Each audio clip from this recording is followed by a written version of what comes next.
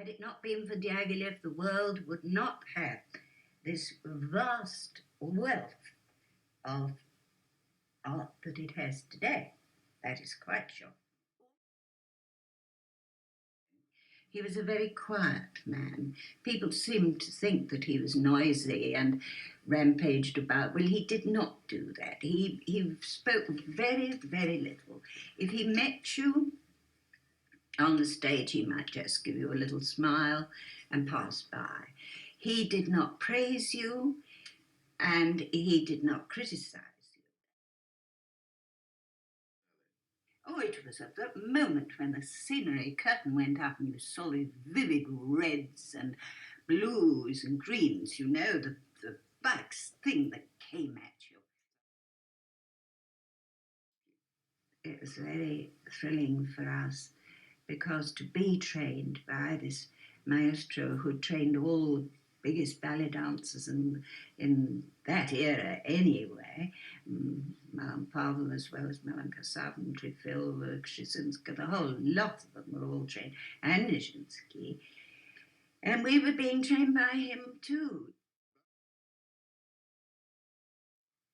There was this tremendous idea that he jumped through the window. As a matter of fact, when he did jump through that window, it looked far higher than it was because the opening of the window was only about 3 inches, 4 inches or so, you know, the frame from the floor.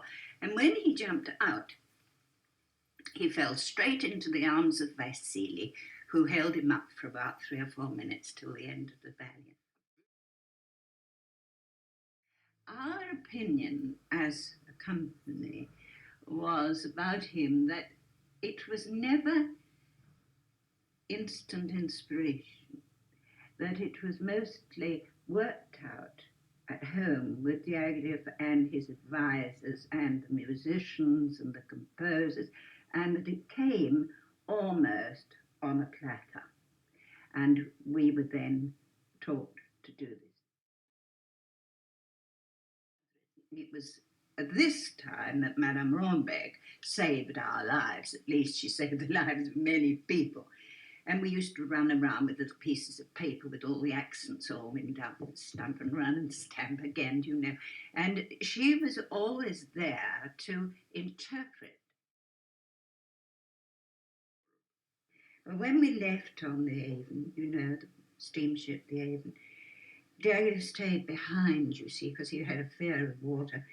And we were somewhat concerned because this young lady, Romola, as we knew her, was always with Nijinsky. Well, we'd seen this at rehearsal rooms because she used to come and sit with me in my dressing room and talk English, you see, but never disclosed any sort of feeling of that there was a secret going on. As soon as we left, 3 weeks' journey, you see, not like now. She would go upstairs on the top deck, and so they stayed together. When we got to Rio, they went off the boat and came back in the evening and announced their engagement. And this was the most horrifying thing because we knew Diaghilev would not permit it. After all, he couldn't permit it because the thing was so near. He couldn't have a woman in the party, so to speak. When we got to Buenos Aires, we went to this rather dreary wedding. In fact, I don't think many of us did go. We were so shocked and so worried because we had heard straight away that Diaghilev had telegraphed to say that Nijinsky was out. And that, to all of us, was the most terrible thing. Our whole world collapsed under it.